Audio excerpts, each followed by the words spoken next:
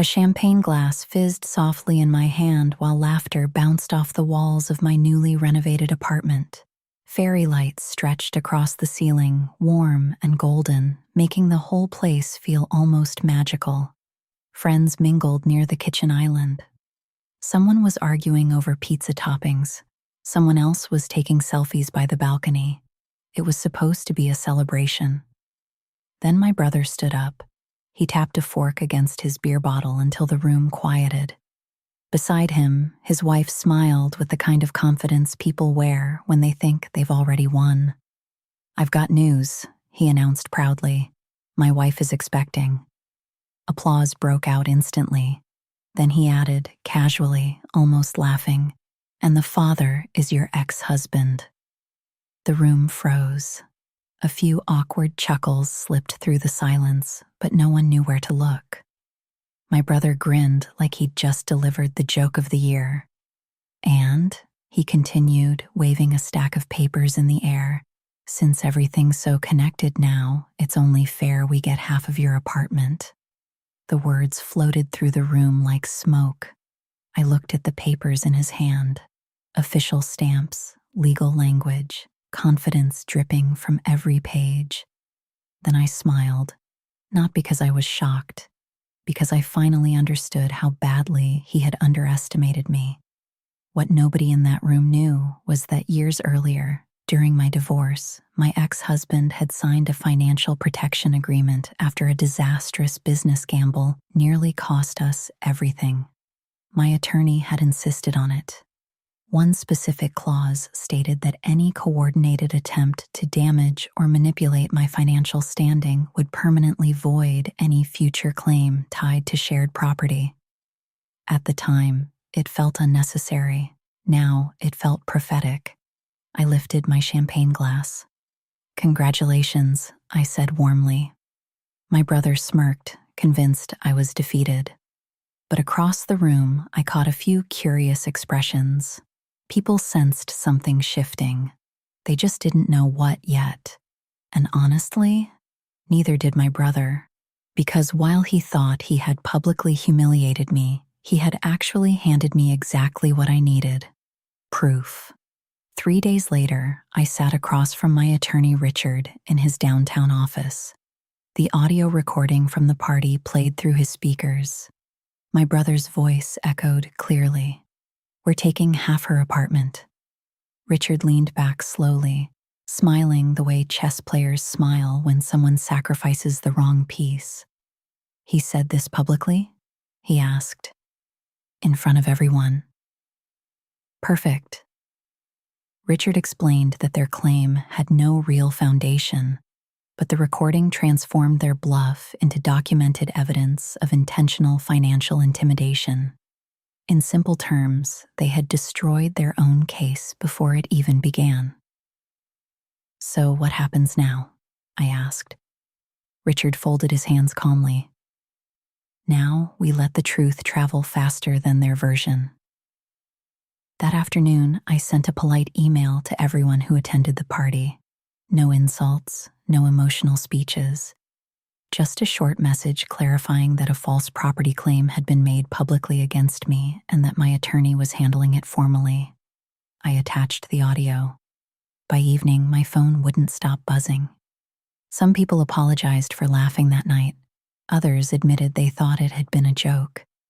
A few simply wrote, "Are you okay?"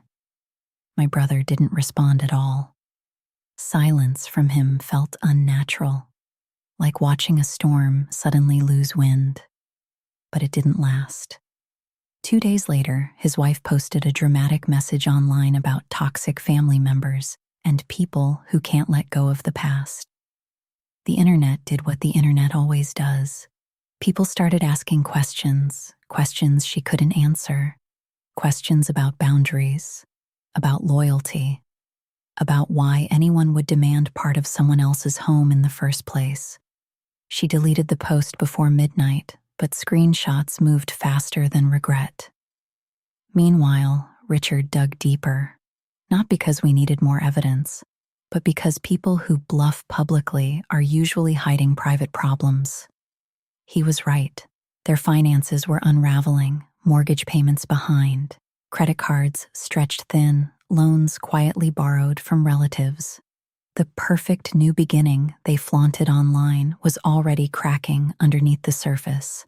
At the next family gathering, my brother barely looked at me. His wife tried. She cornered me near the dessert table and forced a smile.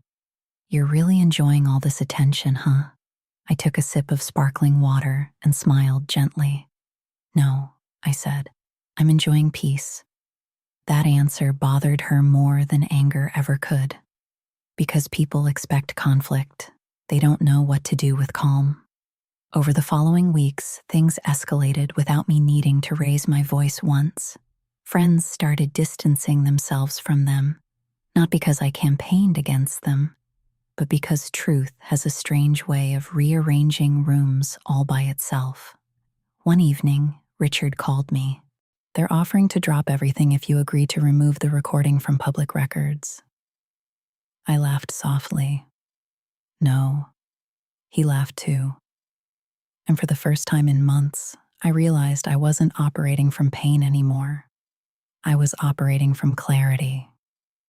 There's a difference. Pain wants revenge. Clarity wants boundaries.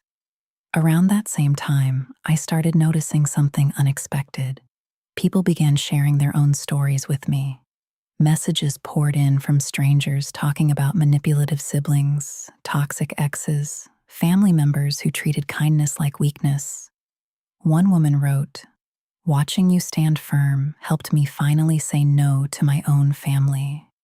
That message stayed with me because suddenly this wasn't just about an apartment anymore. It was about what happens when someone finally stops apologizing for protecting their peace. Months later, my building hosted its annual charity gala. Elegant music, catered food, city lights glowing through floor-to-ceiling windows. I sponsored one of the event displays, a framed copy of my apartment deed with a small gold plaque beneath it.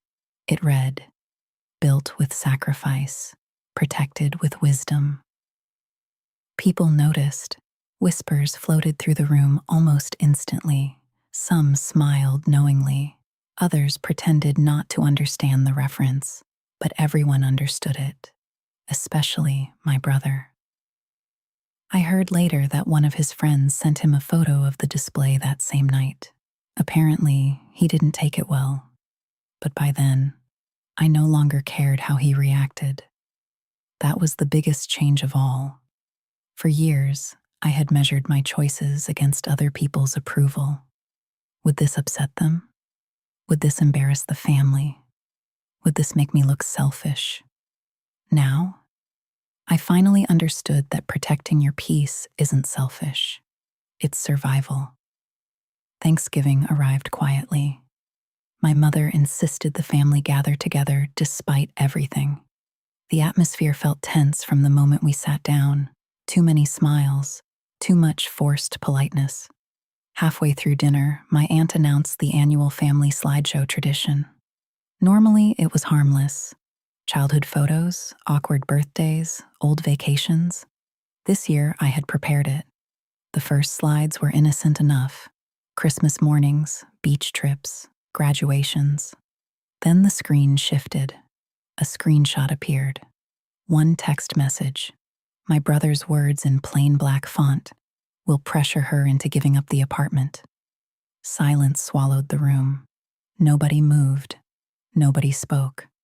I didn't need dramatic speeches. I didn't need revenge. I just needed the truth to stand in the middle of the room where nobody could avoid it anymore. My brother pushed back his chair first. His wife followed. Neither said goodbye. After they left, dinner slowly resumed. Quietly, carefully. Like everyone was suddenly aware that some fractures can't be hidden forever. Later that night, my mother stopped me near the door. Her eyes looked older somehow. "I wish things had turned out differently," she whispered. I looked at her gently. "So do I." And I meant it. Because contrary to what people think, walking away from family rarely feels victorious. It feels necessary. there's a difference there too. Christmas was peaceful for the first time in years. No tension, no competition, no performance. Just a few close friends, warm food, soft music, and the comfort of being somewhere I no longer had to defend my right to exist in. That evening, a news article surfaced online about financial disputes and property losses tied to several local foreclosure cases. My brother and his wife were mentioned briefly. Nothing dramatic, nothing cruel, just consequences unfolding publicly. Richard raised his wine glass and smiled. "To boundaries," he said. I smiled back. Because in the end, the apartment was never the real victory. The real victory was this: walking into my home without anxiety, sleeping peacefully, learning that silence doesn't always mean weakness.